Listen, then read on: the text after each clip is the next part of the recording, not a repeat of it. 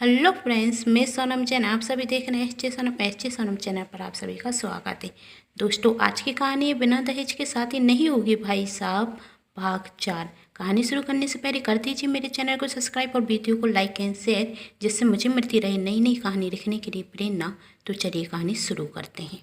निधि की सास और उसकी बुआ सास पूरी कोशिश करती हैं निधि और उसके पति अभिनव में दरार डालने की।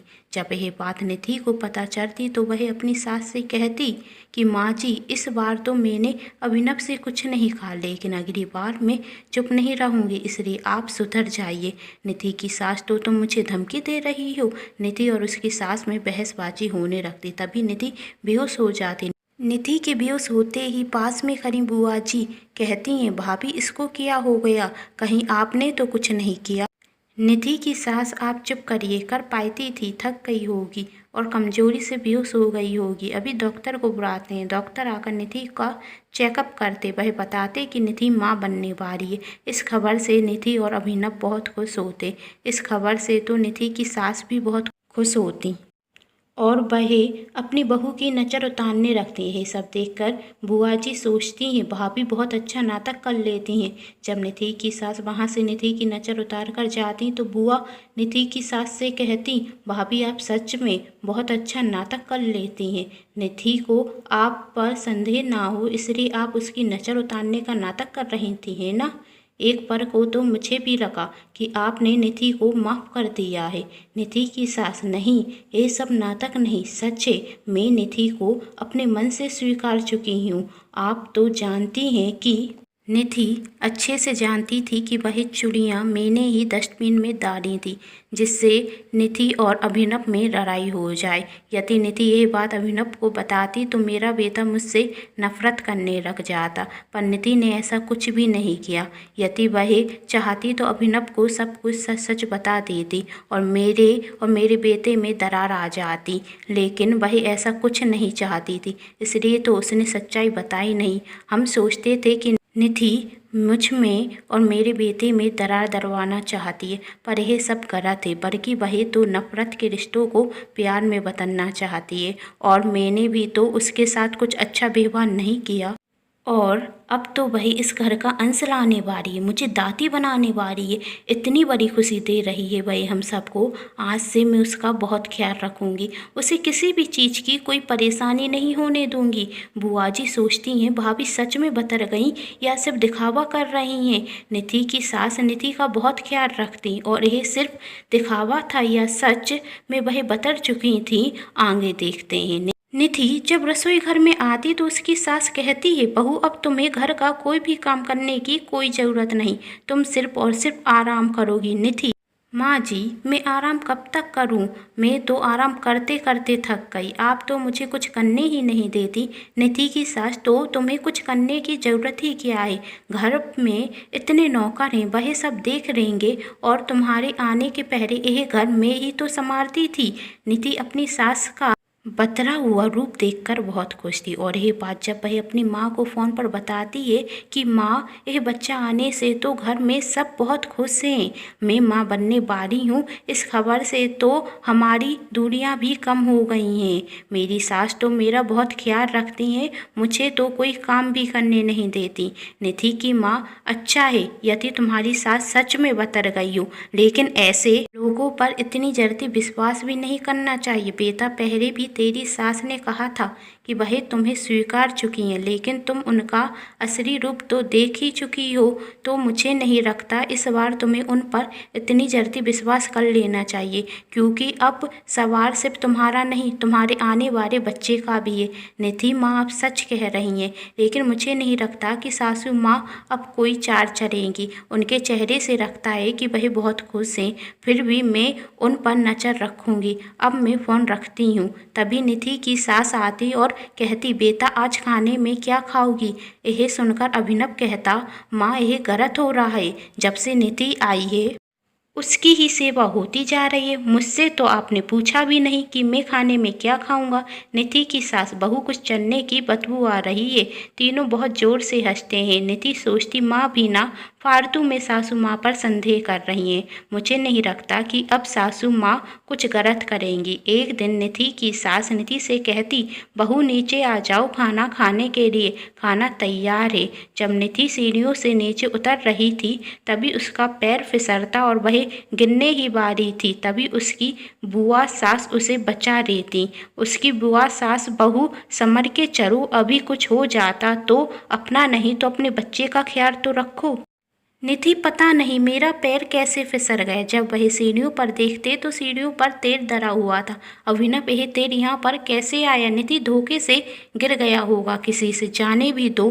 अभिनव घर के नौकरों पर गुस्सा होता और कहता, तुम लोगों से साफ सफाई भी ढंग से नहीं होती। निधि बात तो टाल देती, लेकिन उसे यह सब सही नहीं लग रहा था। आखिर तेल सीढ़ियों पर डाला किसने?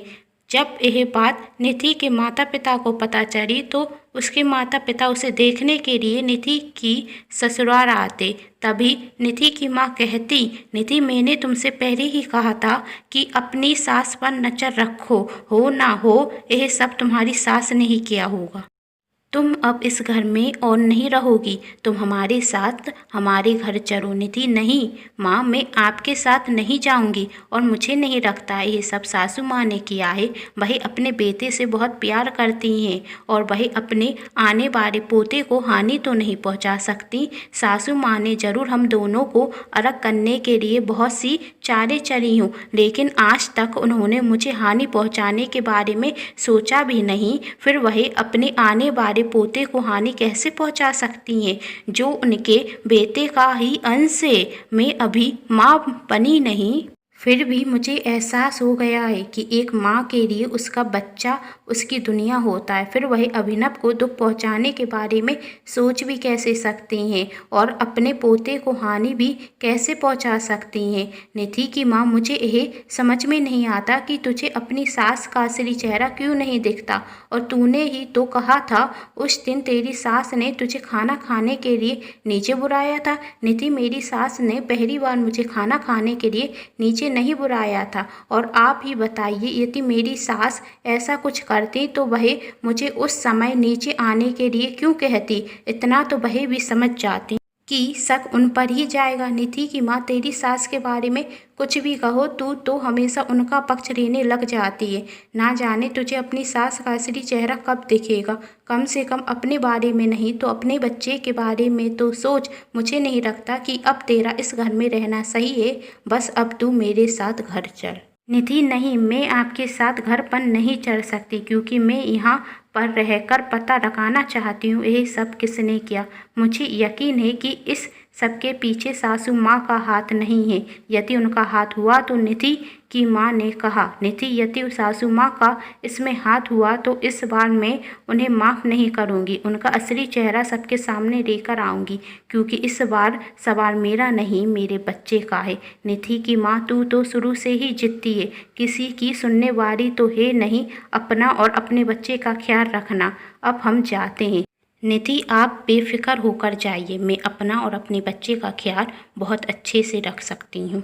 निधि के माता पिता वहाँ से चले जाते। एक दिन निधि जब किसी काम से अपनी बुआ सास के कमरे में जाती तो वह देखती कि उसकी बुआ किसी से फ़ोन पर बातें कर रही है कि घी तो मैं डाल चुकी हूँ, अब आग तो अपने आप ही लग जाएगी। अब तो निधि को भी विश्वास हो ही गया होगा कि यह सब भाभी ने ही किया है। मैंने जानबूझकर उसी वक्त सीढ़ियों पर तेल डाला था जब निधि को भाभी ने नीचे बुलाया था, जिससे सभी को लगे कि भाभी ने ही यह सब किया है और अभिनव यह घर छोड़कर चला जाए। बस ऐसे ही एक दो कारनामे और करूँगी, फिर अभिनव हमेशा के लिए यह घर और अपनी माँ को छोड़कर चला जाएगा। जब निधि अपनी बुआ सास का असली चेहरा देखती तो वह हैरान रह जाती कि बुआ सास ने ये सब किया है, लेकिन इस सब से उन्हें क्या मिलने वाला था। अभिनव और उनकी माँ को अलग करके बुआ जी को आखिर क्या हासिल होगा? आखिर आपने ऐसा क्यों किया? निधि अपने मन ही मन कहती, बुआ जी, आपने अच्छा नहीं किया। अब मैं आपकी असलियत सबको बता दूँगी। अब इस घर से मैं और अभिनव नहीं, आप जाएंगी। रात के समय जब सभी खाना खाने के लिए एक साथ बैठते हैं, जब निधि अपनी बुआ सास से कहती है, बुआ जी मैं आपके लिए तोहफा लेकर आई हूँ, आखिर आपने मेरी जान जो बचाई, तो मेरा तो फर्ज बनता ही है आपको एक अच्छा सा तोहफा देना। निधि की बुआ सास, उसकी क्या ज़रूरत थी, अब लाई हो तो जल्दी से बताओ क्या है। निधि अपनी बुआ सास की बातें फ़ोन में रिकॉर्ड कर चुकी थी और सबके सामने वही रिकॉर्डिंग सुनाकर अपनी बुआ सास का असली चेहरा सामने ले आती। निधि की बुआ, ये लड़की ये सब क्या है। निधि, वही जो आप कर रही थी, आपका सच। निधि के ससुर अपनी बहन से कहते, मैंने तुम पर इतना विश्वास किया और तुम हमारे परिवार में फूट डाल रही थी, आखिर क्यों, तुमने ये सब क्यों किया, बताओ। निधि की बुआ सास, तो क्या करती, जब भी मैं आती थी तो सिर्फ माँ बेटे की तारीफ ही तो सुनती थी कि मेरा बेटा इतना अच्छा है, मेरा बेटा इतना अच्छा है। किसी ने आज तक मेरे बेटे की तारीफ की है? जो देखो सिर्फ अभिनव की तारीफ करता था, इसलिए मैं भाभी और अभिनव में दरार डालना चाहती थी, जिससे सब कहें कि अभिनव एक लड़की के चक्कर में अपने माता पिता को छोड़कर चला गया। और अभिनव जब आप दोनों को छोड़कर चला जाता तब मैं अपने बेटे को यहाँ पर बुला लेती और वह आप दोनों की सेवा करने का नाटक करता, जिससे आप अपनी पूरी प्रॉपर्टी उसके नाम कर देते।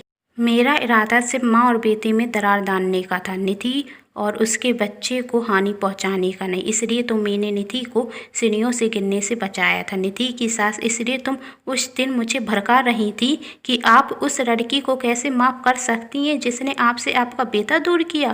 काश मैं तुम्हारी बातों में ही ना आती और समझ पाती कि निधि मुझे और मेरे बेटे को अलग करना नहीं चाहती। अभिनव तो मेरी गलती की वजह से ही मुझे छोड़कर गया था, मेरे दहेज के लालच की वजह से। सिर्फ दहेज के लालच में मैं इतनी अंधी हो गई थी कि भूल गई थी कि रिश्तों में प्यार जरूरी होता है, पैसा नहीं। निधि की सास सच में बतर गई थी और वह निधि को दिल से स्वीकार करती। निधि के ससुर अपनी बहन से कहते, अब चली जाओ तुम इस घर से और कभी भी लौट कर मत आना। निधि की बुआ सास घर से तो चली जाती, लेकिन वह सोचती थी, आज तक मेरे भाई ने मुझसे इतनी ऊंची आवाज़ में बात नहीं की, अब मैं निधि को कभी भी माफ़ नहीं करूंगी, उसे सबक सिखाकर ही रहूंगी। अब ऐसा क्या करने वाली थी निधि की बुआ सास। कुछ समय बाद निधि एक बहुत सुंदर से बेटे को जन्म देती। कहानी अभी ख़त्म नहीं हुई। कहानी में आगे क्या क्या होने वाला है जानने के लिए कहानी का अगला भाग जरूर देखें, जिसके लिए कर लीजिए मेरे चैनल को सब्सक्राइब, क्योंकि जब भी मैं लेकर आऊँ कहानी का नया भाग तो आप सभी को पता चल सके। यदि कहानी पसंद आई हो तो चैनल को सब्सक्राइब, वीडियो को लाइक एंड शेयर करना बिल्कुल नहीं भूलें। Thanks for watching.